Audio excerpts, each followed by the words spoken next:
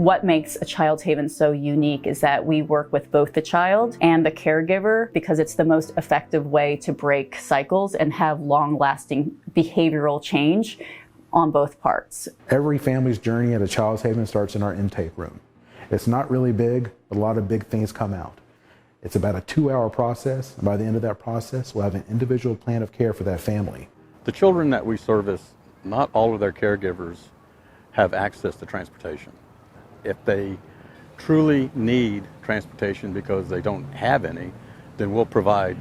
They are going to have support throughout their whole process. I think that confidence, that support, that safety, and non-judgmental, all those feelings is what we really want for our families. When I come to work in the morning, I have about 45 or 50 grandchildren that I get to see.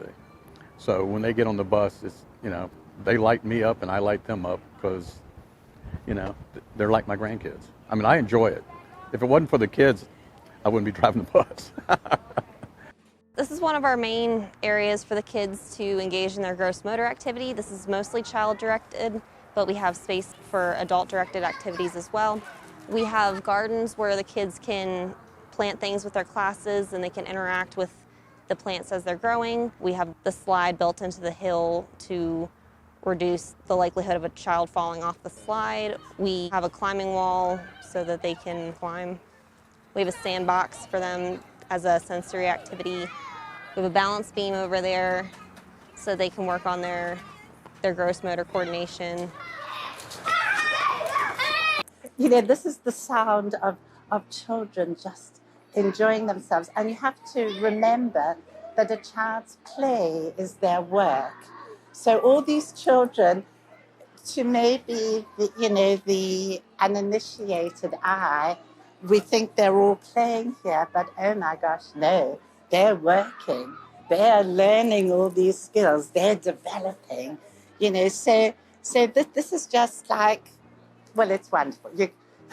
You can tell I'm a little bit enthusiastic about it. The therapy that we do here at a Child's Haven literally can restructure the physical brain and the body of children, and that's really exciting. We have a smaller group setting, a smaller staff to child ratio than they would in a typical daycare, and we have different activities for them to do so we can work on getting them to calm down when they feel angry or sad.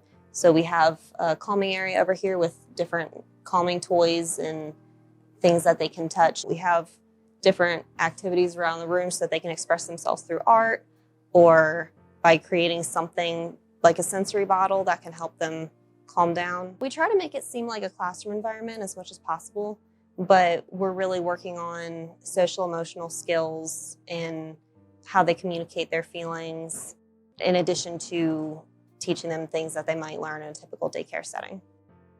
I take care of all the 10 treatment rooms in here. I make sure everything is here to all the policies with DSS, DHEC, CFP, and just all policies here on campus. The kids are in a treatment program, so they're receiving treatment that's provided by the interventions through the CTPs, and which is our clinical treatment providers in each classroom.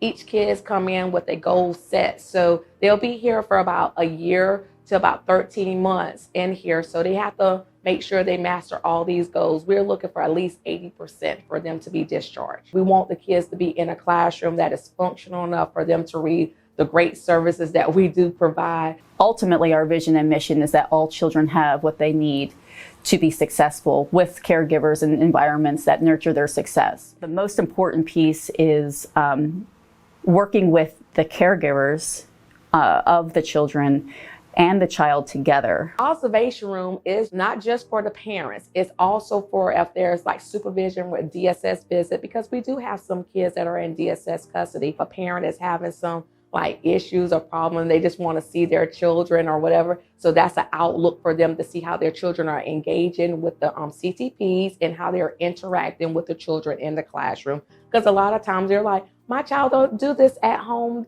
Oh my goodness, they're just crying. But when they come in and see through the observation room, they see a different child altogether. I feel like I'm a living testament that you can work to overcome the challenges that ACEs, or adverse childhood experiences and trauma causes.